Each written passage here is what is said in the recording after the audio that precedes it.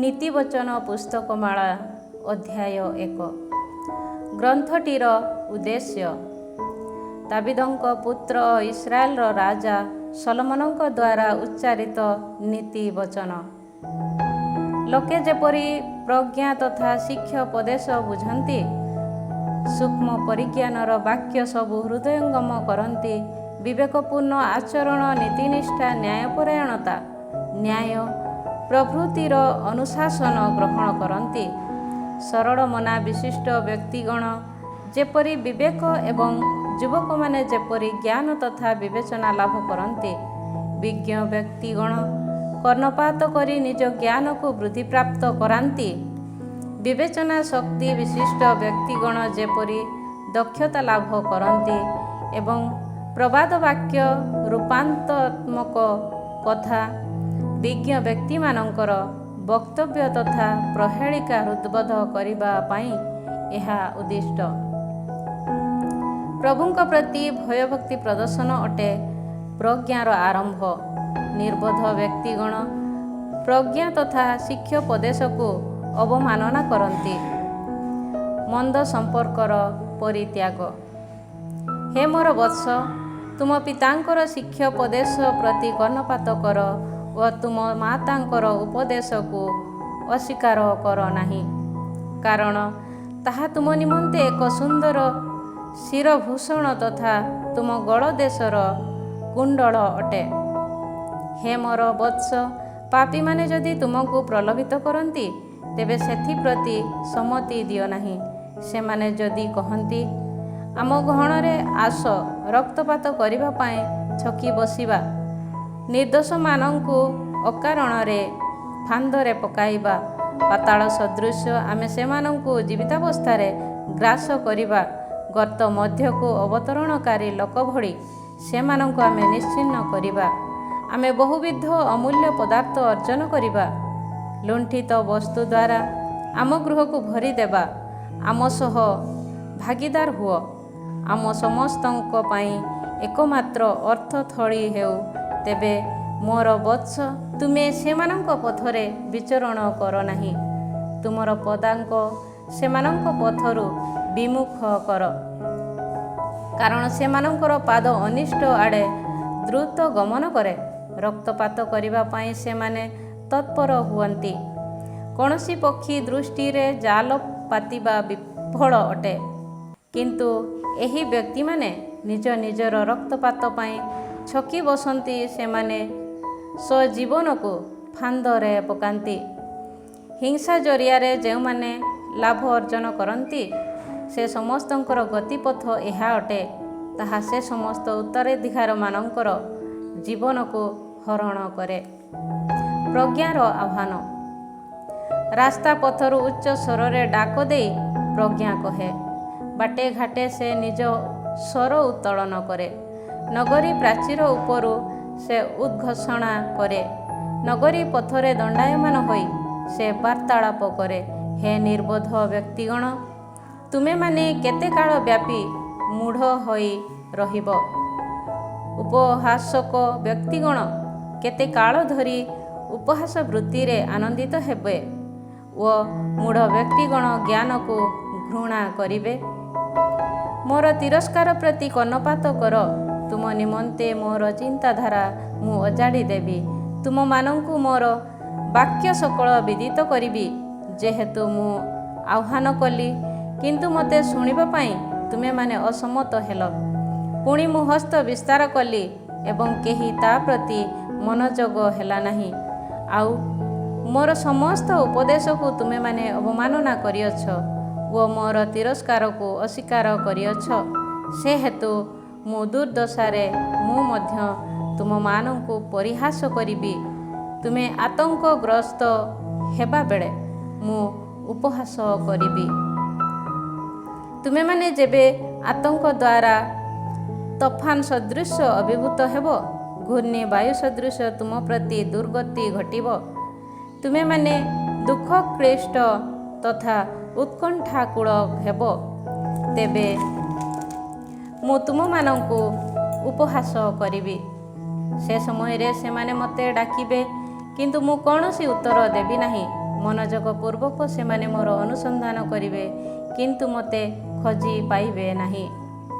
ଯେହେତୁ ସେମାନେ ଜ୍ଞାନ ଘୃଣା କଲେ, ପ୍ରଭୁଙ୍କ ପ୍ରତି ଭୟଭକ୍ତିକୁ ପ୍ରତ୍ୟାଖ୍ୟାନ କଲେ, ଯେହେତୁ ମୋର ଉପଦେଶକୁ ପସନ୍ଦ କଲେ ନାହିଁ ଓ ମୋର ସମସ୍ତ ବତ୍ସନାକୁ ଅଗ୍ରାହ୍ୟ କଲେ, ସେହେତୁ ସେମାନେ ନିଜ କାର୍ଯ୍ୟକଳାପର ସମୁଚିତ ପ୍ରତିଫଳ ଲାଭ କରିବେ।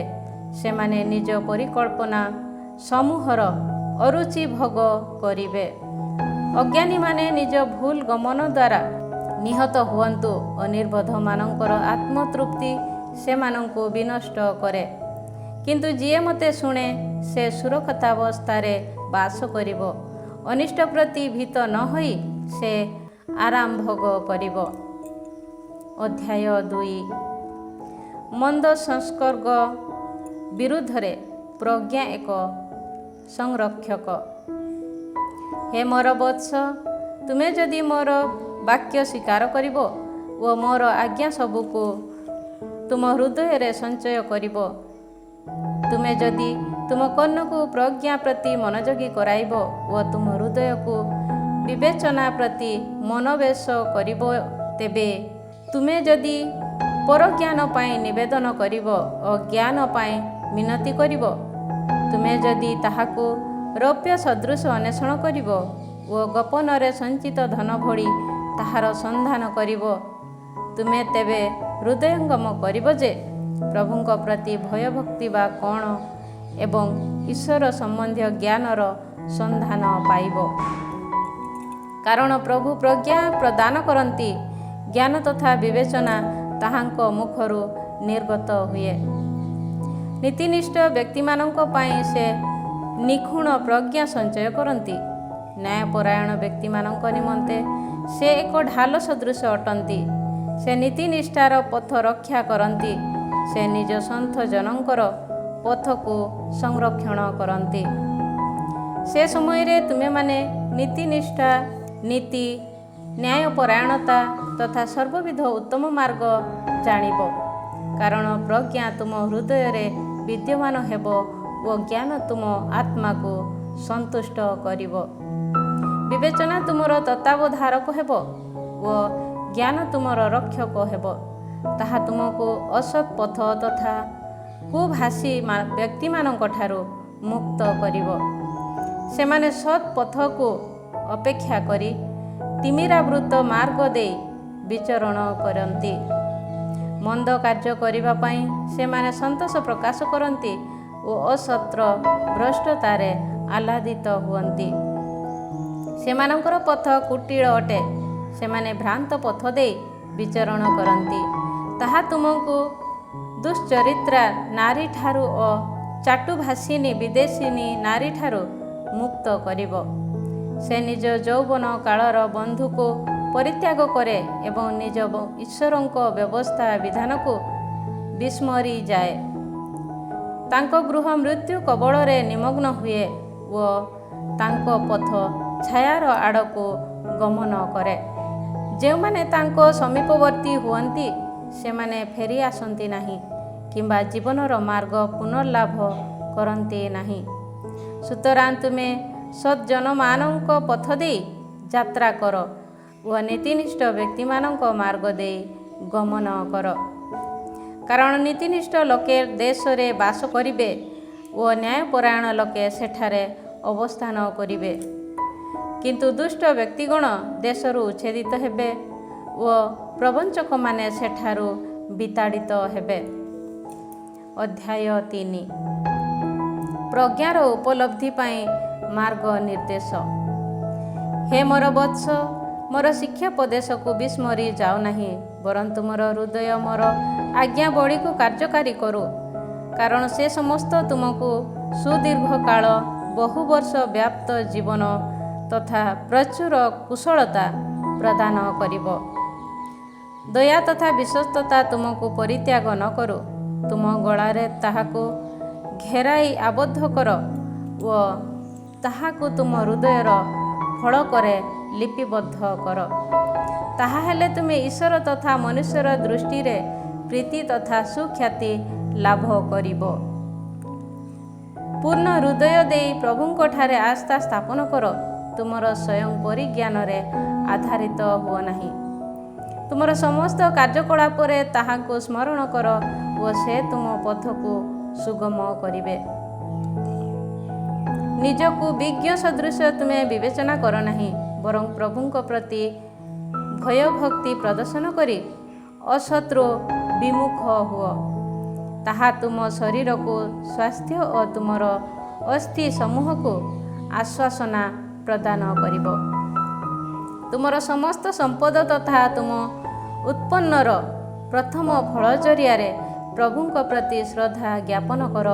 ତାହା ହେଲେ ତୁମର ଅମାର ଘର ସମୃଦ୍ଧତା ଓ ତୁମର ଭାଟି ନୂତନ ଦ୍ରାକ୍ଷାରସ ଦ୍ୱାରା ପରିପୂର୍ଣ୍ଣ ହେବ। ମୋର ବତ୍ସ, ପ୍ରଭୁଙ୍କର ଅନୁଶାସନ ପ୍ରତି ଅଶ୍ରଦ୍ଧା ଜଣାଅ ନାହିଁ ଏବଂ ତାହାଙ୍କ ତିରସ୍କାର ପ୍ରତି ବିରକ୍ତି ପ୍ରକାଶ କର ନାହିଁ।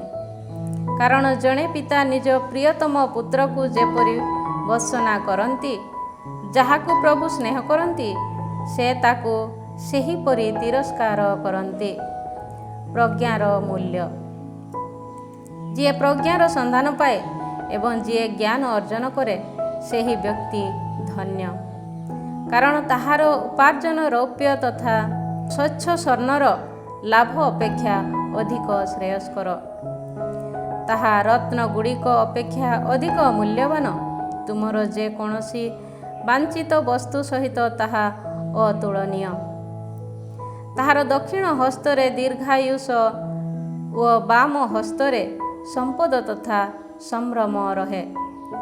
ତାହାର ମାର୍ଗ ସକଳ ପରିତୋଷପୂର୍ଣ୍ଣ ମାର୍ଗ ଓ ତାହାର ସମସ୍ତ ପଥ ଶାନ୍ତିମୟ। ଯେଉଁମାନେ ତାହାର ସନ୍ଧାନ ପାଆନ୍ତି, ସେମାନଙ୍କ ପ୍ରତି ତାହା ଜୀବନର ଏକ ବୃକ୍ଷ ଅଟେ ଏବଂ ଯେଉଁମାନେ ତାହାକୁ ଦୃଢ଼ ଧାରଣ କରନ୍ତି, ସେମାନେ ଧନ୍ୟ ରୂପେ ପରିହିତ ହୁଅନ୍ତି।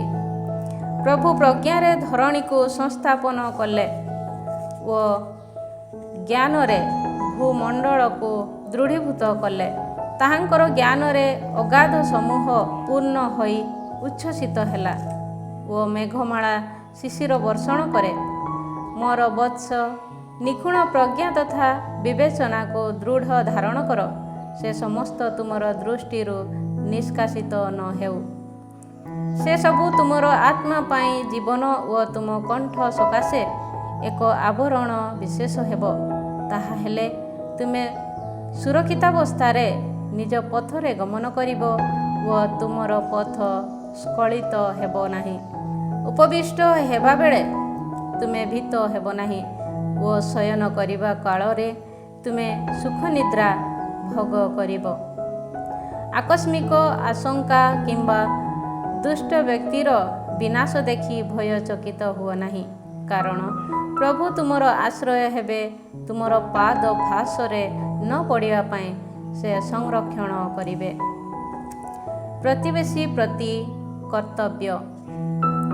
ସତ୍କର୍ମ କରିବା ପାଇଁ ତୁମେ ଯଦି ସମର୍ଥ, ତେବେ ମାଗୁଥିବା ଯେକୌଣସି ବ୍ୟକ୍ତିକୁ ତାହା ନିଷେଧ କର ନାହିଁ। ତୁମ ପ୍ରତିବେଶୀ ଯାହା କିଛି ଭିକ୍ଷା କରିବ, ତାହା ଯଦି ତୁମ ପାଖରେ ଥାଏ, ତେବେ କୁହ ନାହିଁ ଯେ, ବର୍ତ୍ତମାନ ଯାଇ ପୁନରାୟ ଆସ, ମୁଁ ତାହା ଆସନ୍ତାକାଲି ଦେବି। ନିଃସନ୍ଦେହ ଭାବେ ତୁମ ପାଖରେ ବାସ କରୁଥିବା କୌଣସି ପ୍ରତିବେଶୀ ପ୍ରତି କିଛି ଅନିଷ୍ଟ କାର୍ଯ୍ୟରେ ଯୋଜନା କର ନାହିଁ। ଯିଏ ତୁମ ବିରୁଦ୍ଧରେ କୌଣସି ଅନିଷ୍ଟ କାର୍ଯ୍ୟ କରେ ନାହିଁ, ଅକାରଣରେ ତା ବିରୁଦ୍ଧରେ କଳହ ସୃଷ୍ଟି କର ନାହିଁ। ଅନିଷ୍ଟକାରୀ ପ୍ରତି ଈର୍ଷାପର ହୁଅ ନାହିଁ କିମ୍ବା ତାର କୌଣସି ମାର୍ଗ ଅବଲମ୍ବନ କର ନାହିଁ। ସ୍ୱଚ୍ଛନ୍ଦ ବିପଥଗାମୀ ବ୍ୟକ୍ତି ପ୍ରଭୁଙ୍କ ଦୃଷ୍ଟିରେ ଘୃଣ୍ୟ ଅଟେ, କିନ୍ତୁ ନୀତିନିଷ୍ଠ ଲୋକେ ତାହାଙ୍କର ବିଶ୍ୱାସଭାଜନ ଅଟନ୍ତି। ଦୁଷ୍ଟ ବ୍ୟକ୍ତିମାନଙ୍କର ଗୃହ ଉପରେ ପ୍ରଭୁଙ୍କର ଅଭିଶାପ ପଡ଼େ, କିନ୍ତୁ ନୀତିନିଷ୍ଠ ବ୍ୟକ୍ତିମାନଙ୍କର ଗୃହ ପ୍ରତି ସେ ଆଶୀଷ ପ୍ରଦାନ କରନ୍ତି।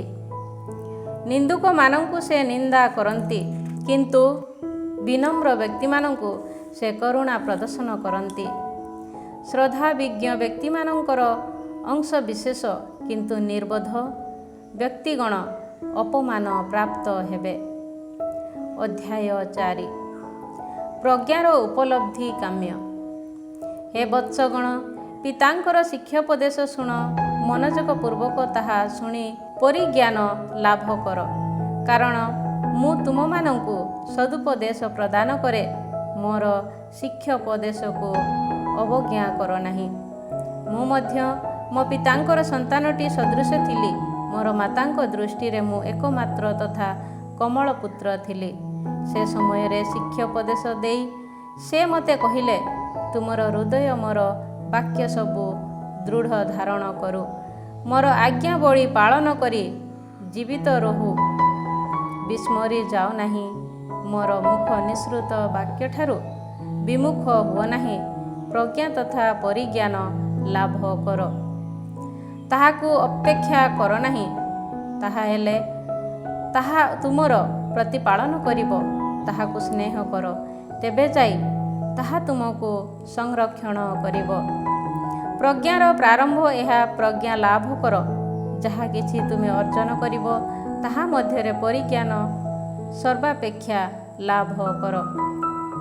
ତାହାକୁ ଅମୂଲ୍ୟ ଭାବେ ବିବେଚନା କର ଏବଂ ତାହା ତୁମକୁ ଉନ୍ନୀତ କରିବ।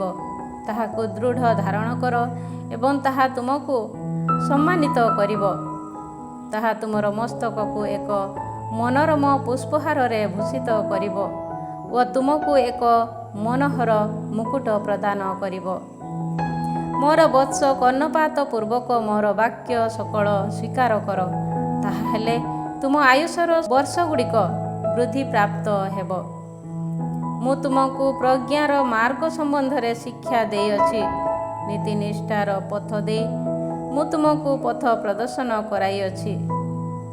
ଗମନ କରିବା ବେଳେ ତୁମର ପାଦ ଗତି ରଥର ସମ୍ମୁଖୀନ ହେବ ନାହିଁ। ଧାଇଁବା କାଳରେ ତୁମେ ଝୁଣ୍ଟି ପଡ଼ିବ ନାହିଁ। ଶିକ୍ଷୋପଦେଶକୁ ଦୃଢ଼ ଧାରଣ କର, ତାହାକୁ ତ୍ୟାଗ କର ନାହିଁ। ତାହା ପ୍ରତି ତୁମର ଦୃଷ୍ଟି ଦିଅ, କାରଣ ତାହା ତୁମର ଜୀବନ ଅଟେ। ଦୁଷ୍ଟ ବ୍ୟକ୍ତିମାନଙ୍କ ପଥରେ ପ୍ରବେଶ କର ନାହିଁ ଓ ମନ୍ଦ ଲୋକଙ୍କ ମାର୍ଗ ଦେଇ ବିଚରଣ କର ନାହିଁ। ତାହା ତ୍ୟାଗ କର, ତାହା ଦେଇ ଗମନ କର ନାହିଁ। ତାହାଠାରୁ ବିମୁଖ ହୋଇ ଅଗ୍ରସର ହୁଅ। କାରଣ ଭ୍ରାନ୍ତିମୂଳକ କିଛି କାର୍ଯ୍ୟ ନ କଲେ ସେମାନେ ଶୟନ କରିପାରୁନାହାନ୍ତି। କୌଣସି ବ୍ୟକ୍ତିକୁ ସ୍ଖଳିତ ନ କରାଇଲେ ସେମାନେ ନିଦ୍ରାରୁ ବଞ୍ଚିତ ହୁଅନ୍ତି। କାରଣ ସେମାନେ ଦୁଷ୍ଟତାର ରୁଟି ଭକ୍ଷଣ କରନ୍ତି ଏବଂ ହିଂସାର ଦ୍ରାକ୍ଷାରସ ପାନ କରନ୍ତି। କିନ୍ତୁ ନୀତିନିଷ୍ଠାମାନଙ୍କ ପଥ ପ୍ରଭାତରୁ ଉତ୍ତରୋତ୍ତର ପ୍ରଦୀପ୍ୟମାନ ହୋଇ ଆସୁଥିବା ଦିନଟିର ଦୀପ୍ତି ସଦୃଶ। ଦୁଷ୍ଟ ବ୍ୟକ୍ତିମାନଙ୍କର ପଥ ନିବିଡ଼ ତମସା ସଦୃଶ। ସେମାନେ ଜାଣନ୍ତି ନାହିଁ ଯେ ସେମାନେ କେଉଁଠି ଝୁଣ୍ଟି ପଡ଼ନ୍ତି। ମୋର ବତ୍ସ, ମୋର ବାକ୍ୟ ସକଳ ଶୁଣ, ମୋର କଥା ପ୍ରତି ମନୋଯୋଗୀ ହୁଅ। ତାହା ତୁମ ଦୃଷ୍ଟିକୁ ଦୂରେଇ ନ ଯାଉ, ସେ ସମସ୍ତକୁ ତୁମ ହୃଦୟରେ ସଞ୍ଚୟ କର। ଯେଉଁମାନେ ତାହାର ସନ୍ଧାନ ପାଇବେ, ସେମାନଙ୍କ ପ୍ରତି ତାହା ଜୀବନ ଓ ଶରୀର ପାଇଁ ଆରୋଗ୍ୟ ଅଟେ। ତୁମ ହୃଦୟକୁ ସତର୍କ ପୂର୍ବକ ସଂରକ୍ଷଣ କର, କାରଣ ଜୀବନର ସ୍ରୋତ ସେଥିରୁ ପ୍ରବାହିତ ହୁଏ। କୁଟିଳ କଥନକୁ ତୁମଠାରୁ ଦୂର କର ଓ ତୁମଠାରୁ ବକ୍ର ଭାଷଣକୁ ଦୂରେଇ ଦିଅ। ତୁମର ଚକ୍ଷୁ ଏକ ଲକ୍ଷ୍ୟରେ ସମ୍ମୁଖକୁ ଅବଲୋକନ କରୁ। ତୁମର ଦୃଷ୍ଟି ତୁମ ସମ୍ମୁଖରେ ସଳଖ ରହୁ। ତୁମେ ଯାଉଥିବା ପଥ ପ୍ରତି ସତର୍କ ହୁଅ, ତାହା ହେଲେ ତୁମର ସମସ୍ତ ମାର୍ଗ ସୁରକ୍ଷିତ ହୋଇ ରହିବ। ଦକ୍ଷିଣ କିମ୍ବା ବାମ ଆଡ଼କୁ ଘୂରିତ ହୁଅ ନାହିଁ। ତୁମର ପାଦ ମନ୍ଦରୁ ବିମୁଖ ହେଉ। ଅଧ୍ୟାୟ 5 ଦୁଶ୍ଚରିତ୍ରା ନାରୀ ସମ୍ବନ୍ଧରେ ଜାଗ୍ରତା।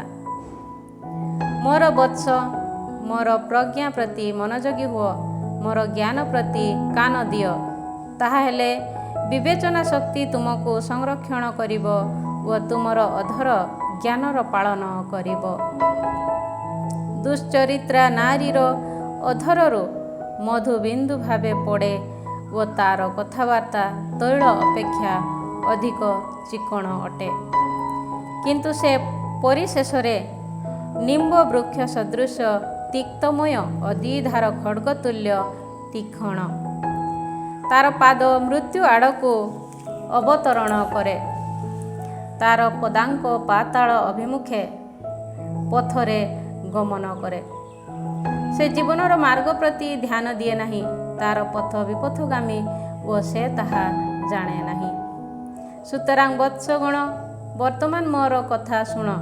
ମୋର ମୁଖ ନିଃସୃତ ବାକ୍ୟଠାରୁ ବିମୁଖ ହୁଅ ନାହିଁ। ତୁମର ପଥ ତାହାଙ୍କଠାରୁ ଯଥାସାଧ୍ୟ ଦୂରେଇ ରହୁ। ତାର ଗୃହ ଦ୍ୱାରର ମଧ୍ୟ ସନ୍ନିକଟ ହୁଅ ନାହିଁ। ତୁମେ ଯଦି ସନ୍ନିକଟ ହୁଅ, ତେବେ ଅନ୍ୟ ବ୍ୟକ୍ତିମାନଙ୍କ ସମ୍ମୁଖରେ ତୁମର ସୁଖ୍ୟାତି ହରାଇ ବସିବ ଓ ତୁମର ଆୟୁଷ କାଳକୁ ନିର୍ଦ୍ଦୟମାନଙ୍କ ହସ୍ତରେ ସମର୍ପଣ କରିବ ଏବଂ ବିଦେଶୀମାନେ ତୁମ ସମ୍ପଦରୁ ଯଥେଷ୍ଟାଂଶ ନିଜ ପାଇଁ ଘେନିଯିବେ ଓ ତୁମ ପରିଶ୍ରମର ଫଳ ଜଣେ ଅପରିଚିତ ବ୍ୟକ୍ତିର ଗୃହକୁ ନିଆଯିବ। ତାହାହେଲେ ତୁମ ଜୀବନର ଶେଷ ସମୟରେ ତୁମର ମାଂସ ତଥା ଶରୀର ଯେବେ କ୍ଷୟ ପ୍ରାୟ ହେବ, ତେବେ ଦୁଃଖ ପ୍ରକାଶ ପୂର୍ବକ ହୁଏତ ତୁମେ କହିବ, ମୁଁ ଅନୁଶାସନକୁ କେଉଁଭଳି ଘୃଣା କଲି, ମୋର ହୃଦୟ କିପରି ତିରସ୍କାରକୁ ଅବଜ୍ଞା କଲା। ମୋର ଶିକ୍ଷା ଗୁରୁମାନଙ୍କ କଥା ମୁଁ ଶୁଣିଲି ନାହିଁ, ମୋର ଅଧ୍ୟାପକମାନଙ୍କ ପ୍ରତି କର୍ଣ୍ଣପାତ କଲି ନାହିଁ। ସମୁଦାୟ ଜନମଣ୍ଡଳୀ ମଧ୍ୟରେ ମୁଁ ସମ୍ପୂର୍ଣ୍ଣ ଭାବେ ବିନାଶଗ୍ରସ୍ତ। ତୁମେ ନିଜ ଜଳକୁମ୍ଭରୁ ପାନ କର, ନିଜ କୂପରୁ ସ୍ରୋତ ଜଳ ପାନ କର। ତୁମର ଜଳସ୍ରୋତ ଯେ ଅନ୍ୟତ୍ର ଓ ତୁମର ଜଳପ୍ରବାହ ଯେ ରାସ୍ତାରେ ପ୍ରବାହିତ ହୁଏ, ଏହା କ'ଣ ଉଚିତ? କେବଳ ତୁମର ଉପଯୋଗ ପାଇଁ ତାହା ନିରୂପିତ ହେଉ। ତାହା ତୁମ ସହ ଅପରିଚିତମାନଙ୍କ ପାଇଁ ମଧ୍ୟ ଉଦ୍ଦିଷ୍ଟ ନ ହେଉ। ତୁମର ନିର୍ଝର ଆଶିଷ ପ୍ରାପ୍ତ ହେଉ ଓ ତୁମ ଯୌବନ କାଳର ପତ୍ନୀ ସମ୍ବନ୍ଧରେ ଆନନ୍ଦିତ ହୁଅ। ସେ ଏକ ଲାବଣ୍ୟମୟୀ ହରିଣୀ ତଥା ସୌନ୍ଦର୍ଯ୍ୟବତୀ ମୃଗୁଣୀ ଅଟେ। ତାର ପ୍ରେମ ତୁମକୁ ସର୍ବଦା ଆନନ୍ଦରେ ଭରିଦେଉ। ତାର ପ୍ରେମ ତୁମକୁ ସର୍ବଦା ପ୍ରେମମତ୍ତ କରୁ। ମୋର ବତ୍ସ, ଦୁଶ୍ଚରିତ୍ରା ନାରୀର ପ୍ରେମ ଦ୍ୱାରା ତୁମେ କାହିଁକି ପ୍ରେମତ୍ତ ହେବ ଓ ଦୁଃସାହସିକ କର୍ମକାରିଣୀର ବକ୍ଷକୁ ଆଲିଙ୍ଗନ କରିବ? କାରଣ ପ୍ରଭୁ ମନୁଷ୍ୟର ସମସ୍ତ କାର୍ଯ୍ୟକଳାପକୁ ନିରୀକ୍ଷଣ କରନ୍ତି। ସେ ତାର ପଥ ସକଳ ଉପରେ ଦୃଷ୍ଟିପାତ କରନ୍ତି। ଦୁଷ୍ଟ ବ୍ୟକ୍ତିର ଅପରାଧ ସମୂହ ତାକୁ ଫାଶାନୁବଦ୍ଧ କରେ। ସେ ନିଜ ପାପର ଜାଲରେ ଆବଦ୍ଧ ହୁଏ। ଅନୁଶାସନ ପ୍ରାପ୍ତ ହୋଇ ନ ଥିବା ହେତୁ ସେ ମୃତ୍ୟୁ ହୁଏ। ନିଜର ଅସୀମ ମୂଢ଼ତା ଯୋଗୁଁ ସେ ବିନଷ୍ଟ